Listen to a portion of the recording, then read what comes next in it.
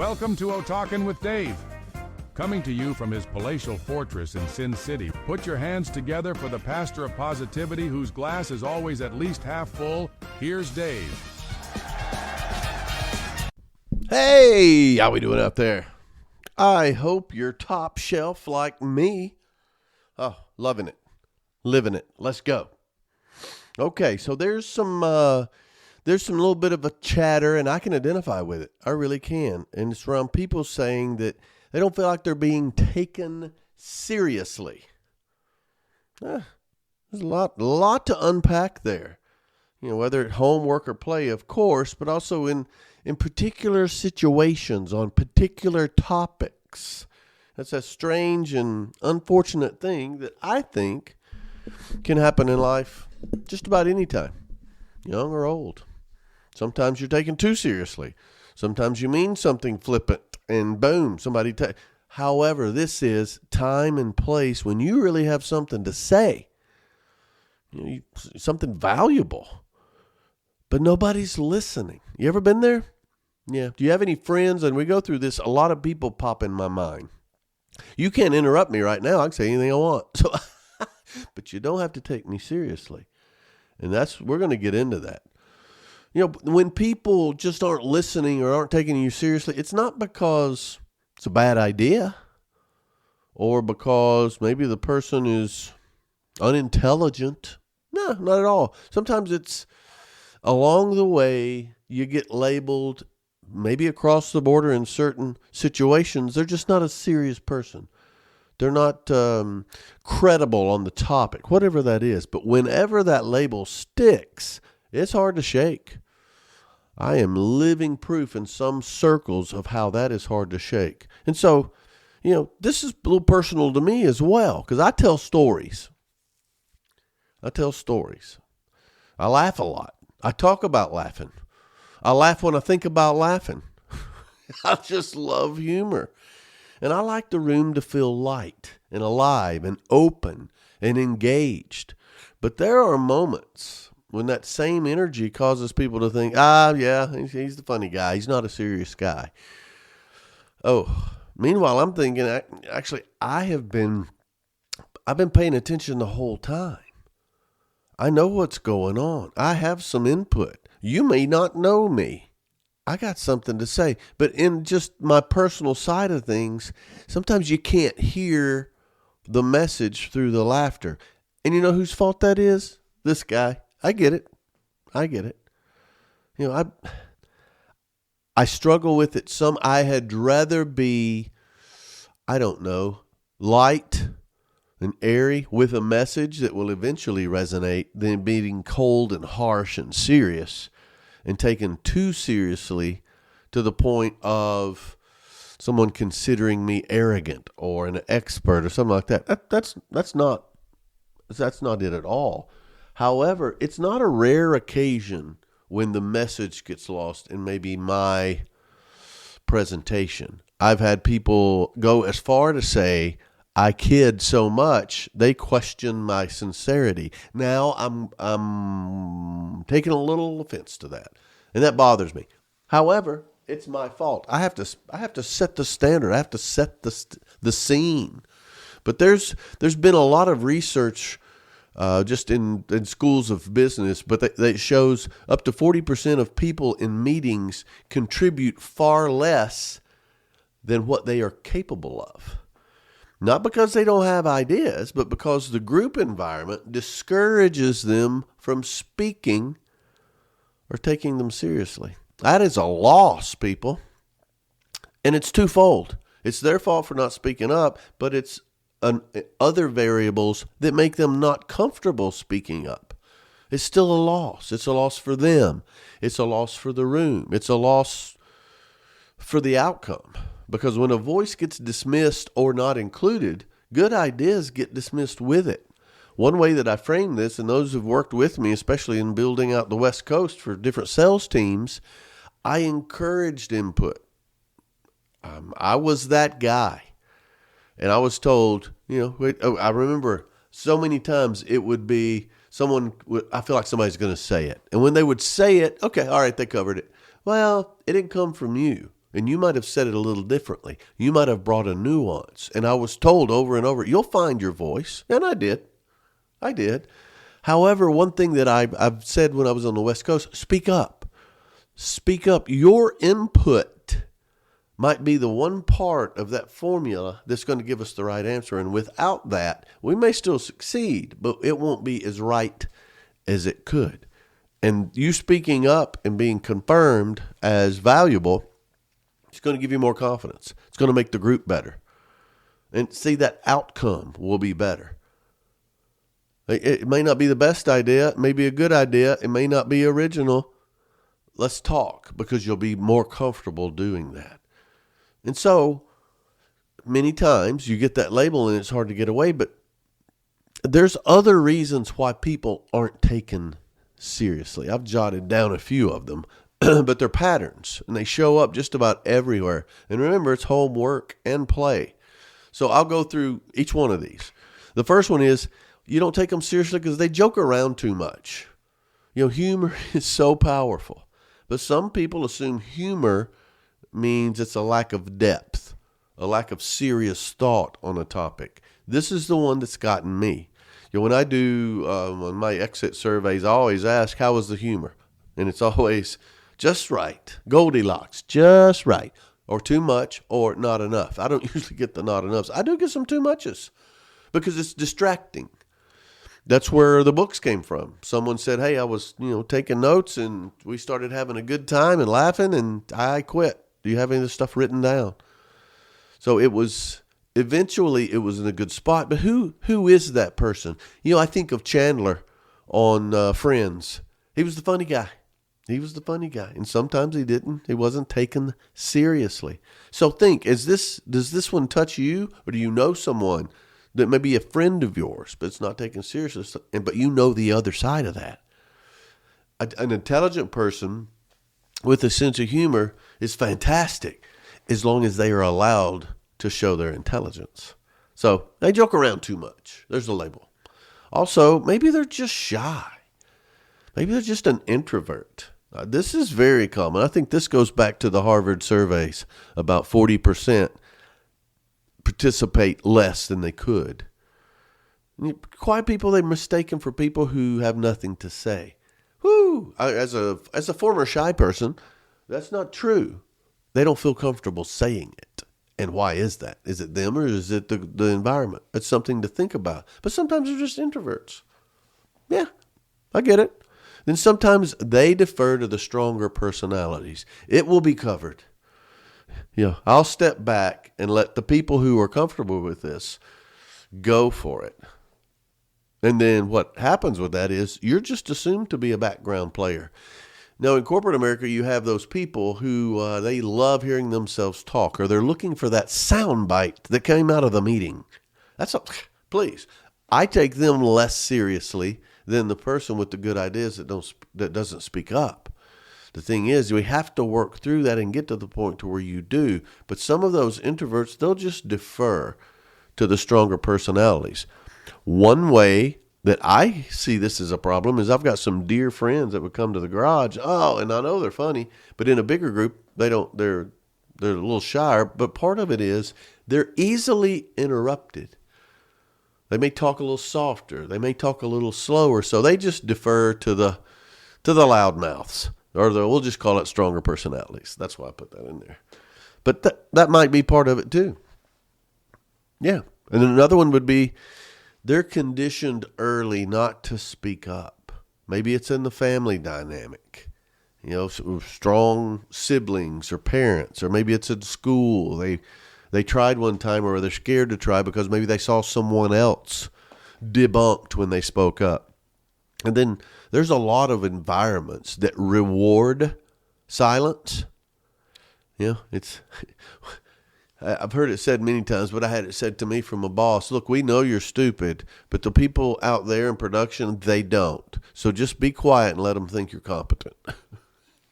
What do they say? It's better to be silent and thought an idiot than to speak up and remove all doubt. I think that's what that guy was saying. What a piece of crap. But anyway, Some people are just conditioned. We'll sit back. I'll pick my spots. Yeah. Yeah. A lot of time they're not taken seriously.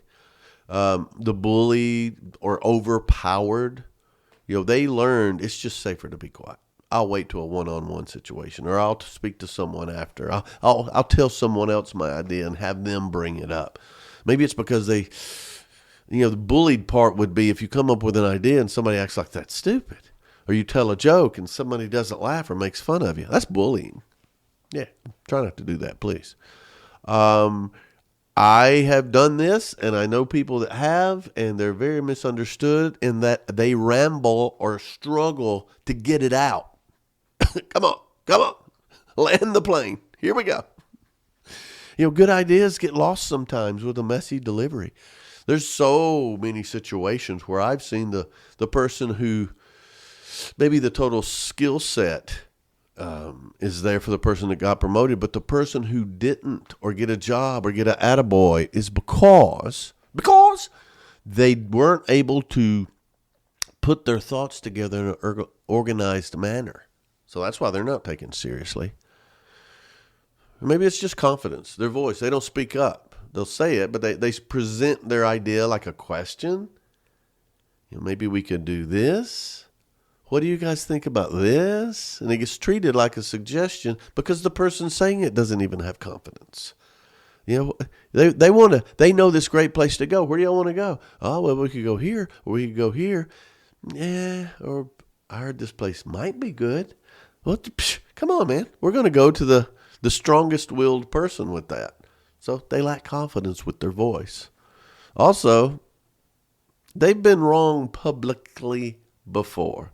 One bad moment can unfairly hit somebody's credibility. Oh, my goodness. Have you ever suggested going to a place to eat and everybody got food poisoning? Hello, governor. Yeah, that's. I don't think we're going to follow Dave's suggestion anymore. It was coming out of both ends for a week. We lost a lot of weight, but we missed work. So, yeah, you've been wrong publicly before. And maybe they've got a reputation of being wrong. Yeah.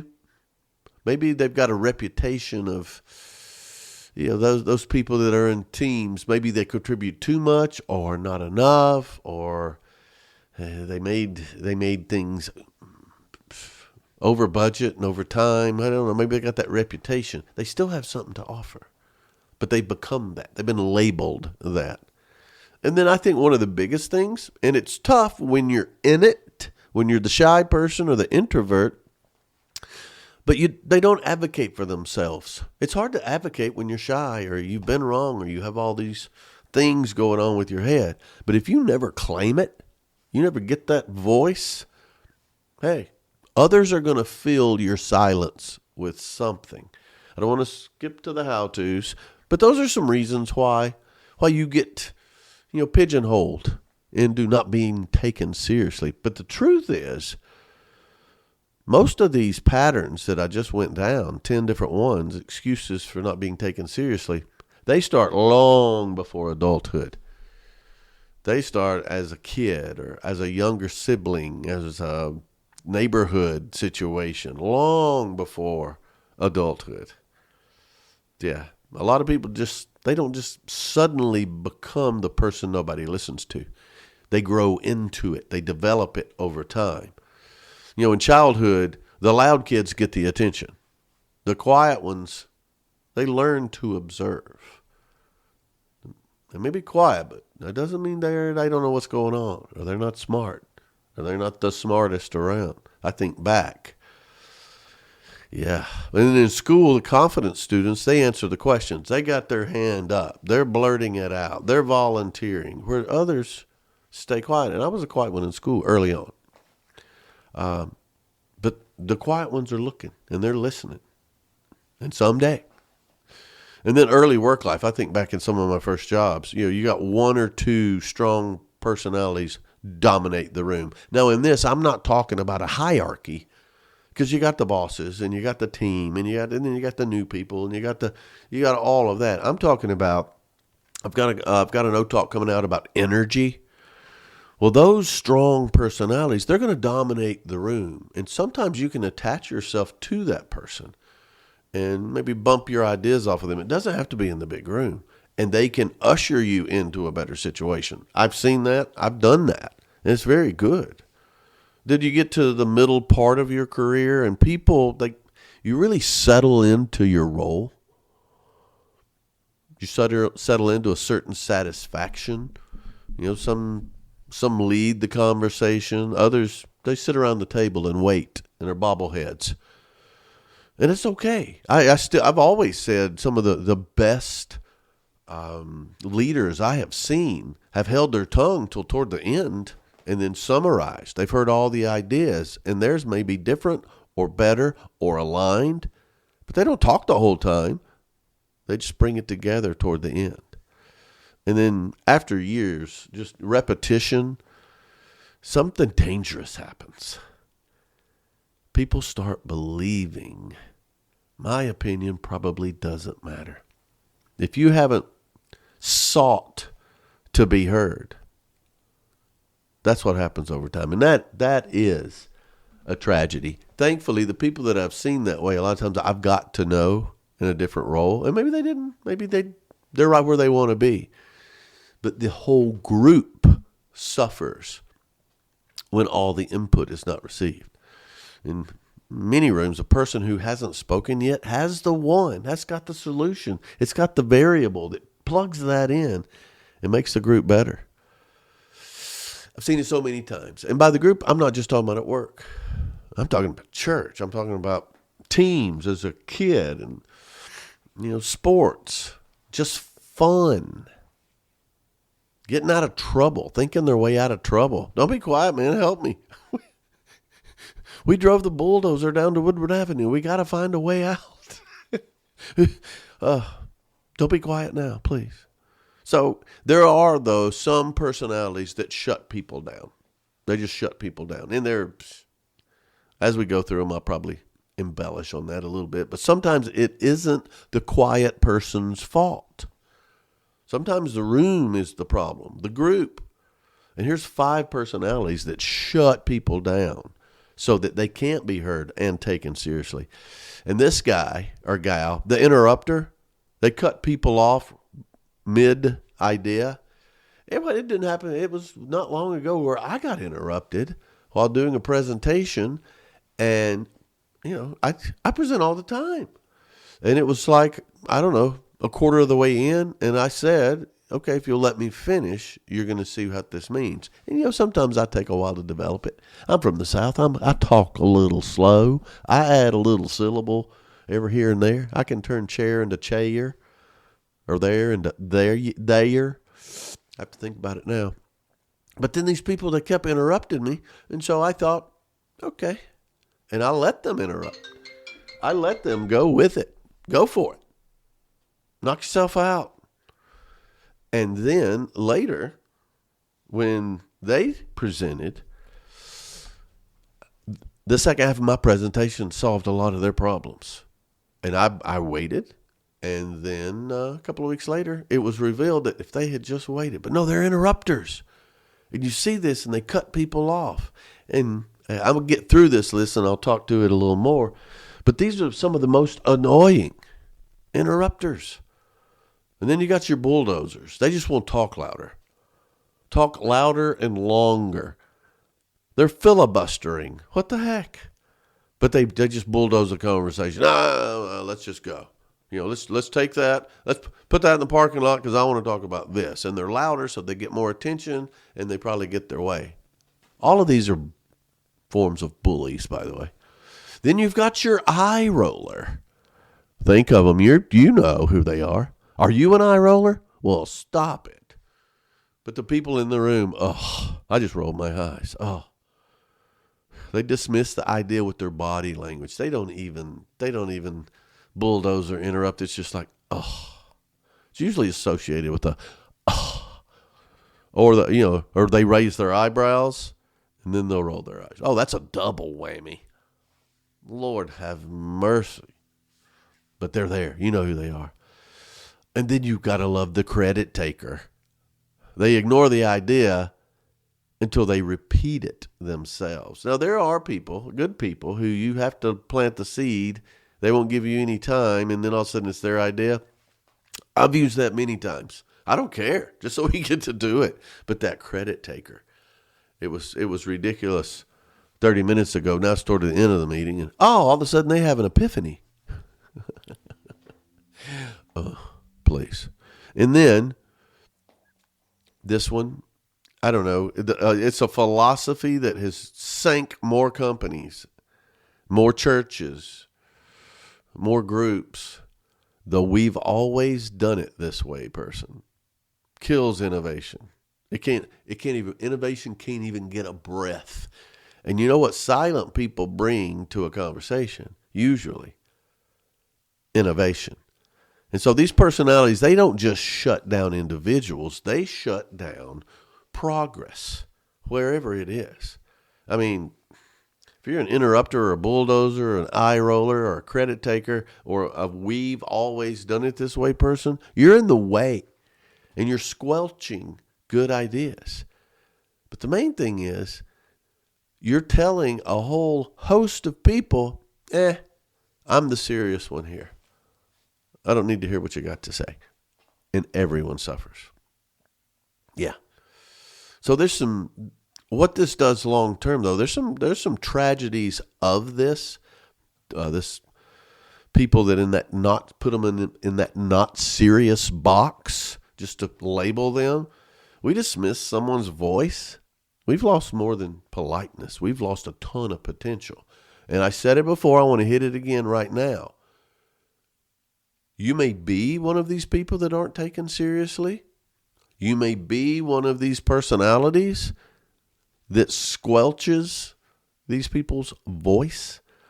Or you may know someone that does. And if you know someone that does and you're not helping the person be taken seriously, all right, well, you're part of the problem too. And I say you because I mean all of us at different times have been there. Because when we squelch people's ideas and thoughts and input and don't take them seriously, some great ideas never get shared. I've seen many times in companies where someone you never heard from them. And then all of a sudden a competitor's coming at you and they've got all this great stuff, and you find out the person that you wouldn't listen to left the company and went to work for them, and now they're heard. That person that wasn't given the chance, I've seen this a lot. This person wasn't given a chance on a sales team.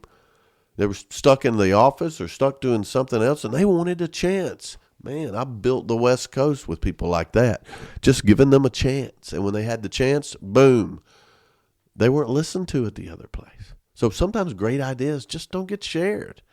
And creative thinking leaves the room when that happens, because we've always done it this way. Well, let's listen to old loudmouth interrupter. That'll keep Sadie's eyes from rolling over there, and maybe she won't have her detached retina and go on disability. I don't know. And then it doesn't matter because you got the brown nose. They're going to take credit for it anyway. It's because creative thinking has left the room. And people disengage and they stop trying after a while. And the group just becomes an echo chamber of yes men. They do. They just do what they're told. They just follow. The danger of this at work is your competition's going to kill you. You're not going to be as productive or profitable. The problem at home with this is you're raising a generation of yes men or people who they don't want to speak up. And then at play, you're going to get asked to play, but it's not going to be fun. And then eventually that person begins believing their voice doesn't matter again. Because when somebody stops believing in their voice, they've lost their mind. Their ideas are gone, and they've lost all that. Because everybody brings value. Every person brings value.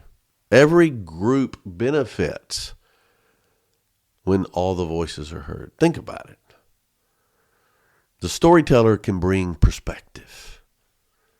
They can bring perspective.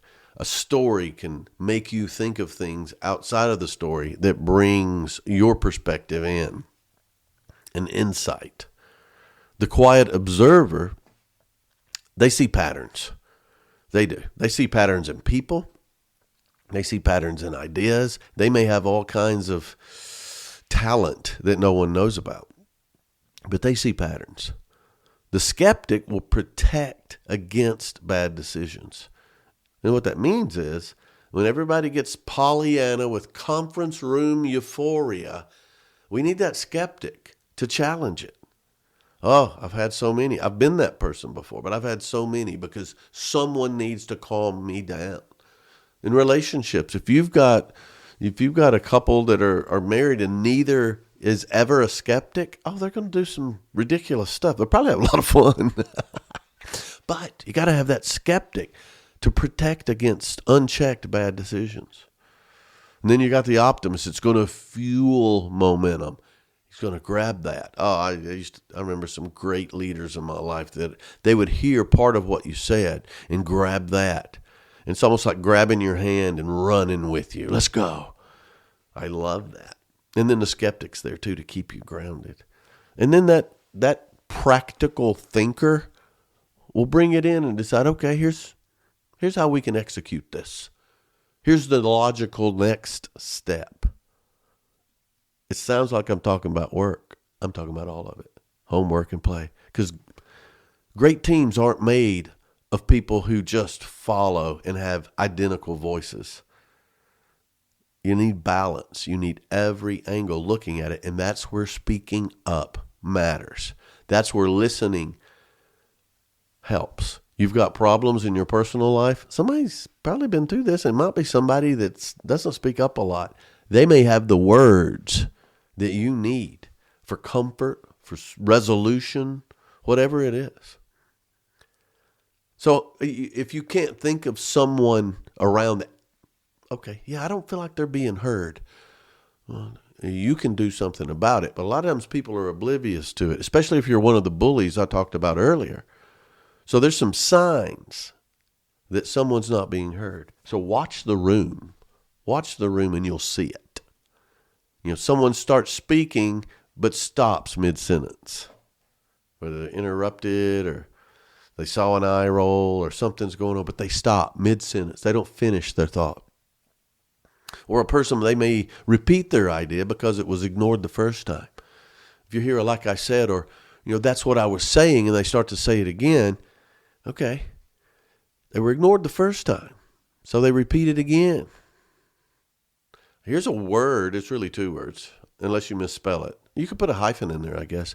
But once somebody says, they throw their hand, never mind. That's okay, never mind. That's almost like didn't finish their sentence, but they feel invalidated when they said, never mind. The good leader, the good manager, the good parent, the good friend will say, no. Let me hear it. What do you got? Yeah. Or the same people dominate every conversation when you get together. And I hate to do this, but I do it. I know I was at a group meeting with some friends recently. Not a group meeting. We just got together, had a good time. But there were 3 or 4 of us that were dominating the conversation and, wanted to bring somebody in or say whatever. What do you think? Or how have you been? Or how was your trip to Turkey? Or what are you eating? Or is that blood or ketchup? Or, just calm things. But if two people keep dominating the conversation, okay, somebody's getting left out. And see, the thing is, good ideas only appear once someone else repeats it louder. Somebody's getting ignored. There's a good idea, and almost like the one where, hey, it's got to be somebody else's idea first. But a lot of times you watch, and this is a snake, someone that hears this person say something, and they parrot it and don't give them credit. Okay, somebody's being left out. And you'll see those patterns. You'll see the patterns at home, work, and play. You'll see it in a golf foursome. You'll see it over a dinner table. Definitely see it at a family reunion, and it runs rampant at the office. Okay, I painted a dark picture. Let me take you to the promised land because there are some glorious things that happen when everybody has a voice. And that's where we want to be. If you're a leader, fine. If you're not the leader of the group, you can still make this happen. And it's glorious because ideas multiply. That's a great idea. And then One time I did that, or we did something similar, and here's what happened, or here's what we did. We did that, only we added boom. You're not stealing ideas. You're collaborating, and ideas multiply. Also, confidence is going to grow. Just like I said earlier, people find their voice. That idea is heard, and hey, that's a good idea. Don't you love that? Why do you think I'll say waiters, when you order something, oh, that's a good choice. Oh. Yeah, thank you. You're welcome. I can't wait to order dessert now. Because you have more confidence. You were told that's a good idea, or that's a nice choice. You know what you're doing. Good on you. And then, the creativity is going to expand. What's another idea? You know what else I've been thinking? Of course, that can be dangerous with me, but it's creativity expands. The confidence grows. These are great ideas. And you got the skeptic that's going to rein you in. But better decisions are going to be made, and you're going to put forth a better product. And the thing is, people feel ownership in the outcome. I was a part of that. Yeah, I was a part of that. That can be everything from volunteering at an animal shelter to church or whatever you want. Or just being a part of a group. And when something happens well, I was a part of that. I'm in a band, and, I'm not the most talented person by far. I'm not the best player. I'm not the best singer. I play a mean cowbell, but still. And it is mean. It's annoying, quite honestly. However, when we get praise, when my band gets praise, I'm part of that. Oh, I feel better. It's great. I want to do more. Let's go. Because when people feel ownership, they bring energy. And when they bring energy, a commitment will come along with that. And then when people are committed, things, by God, get done. And I love it. It's exciting to me. I've seen it. I've been fortunate enough to be on growing teams. I've built a lot of teams, and just to see that diamond in the rough start to sparkle. And then when your salespeople become managers, and then they become higher level and they hire managers, and so you see them train, and you think back, I remember when they were afraid to talk to a customer. I remember when they screwed that up.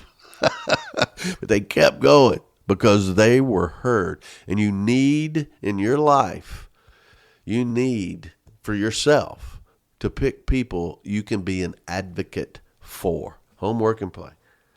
Be an advocate for this person until they can be that for themselves.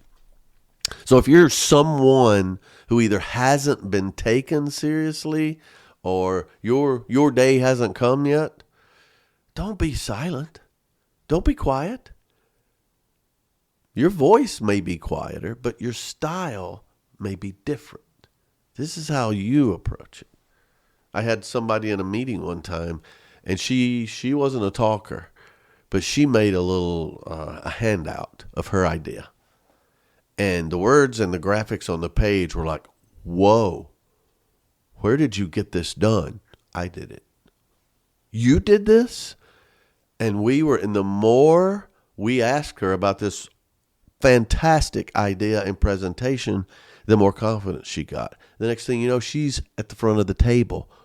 She's pulling up a PowerPoint and showing her, not a quiet voice, not loud, not overbearing. So her voice was quieter and her style was different, but the delivery, it didn't dominate the room, but it was the idea we all needed. And it gave us ideas. We could take this and we need to expand on it. Just because you haven't been acknowledged, you don't talk like everybody else, you don't think like everybody else, it doesn't mean you don't matter. And while I'm not talking to you necessarily, I'm talking to people you know that are in this box. And for the rest of us in the room, let's just listen. Really. I mean, really listen to these. Listen to everybody. If they're not talking, ask for input. The best teams I were on, you knew you're going to get called on. So you better bring something to the table. Because sometimes the best idea in the room is sitting quietly at the table. waiting for someone just to say, what do you think? It's important. Call on that person. If you are that person, find a way to engage. Let's help each other out. All right? Take me seriously at moments like this. I appreciate it so much. Hit me up, david@otalks.com or davidotalks.com. Hit the website. There's stuff on there. I'm loving it. I've got so many ideas. I missed a couple of podcasts, and I got hate mail, and it was I would call it hate mail because people were fussing, but it was really love mail because you miss me. I'm back, baby. So let's go. Thanks for hanging out. Thanks for hanging on, but most of all, thanks for talking with Dave. Giddy up.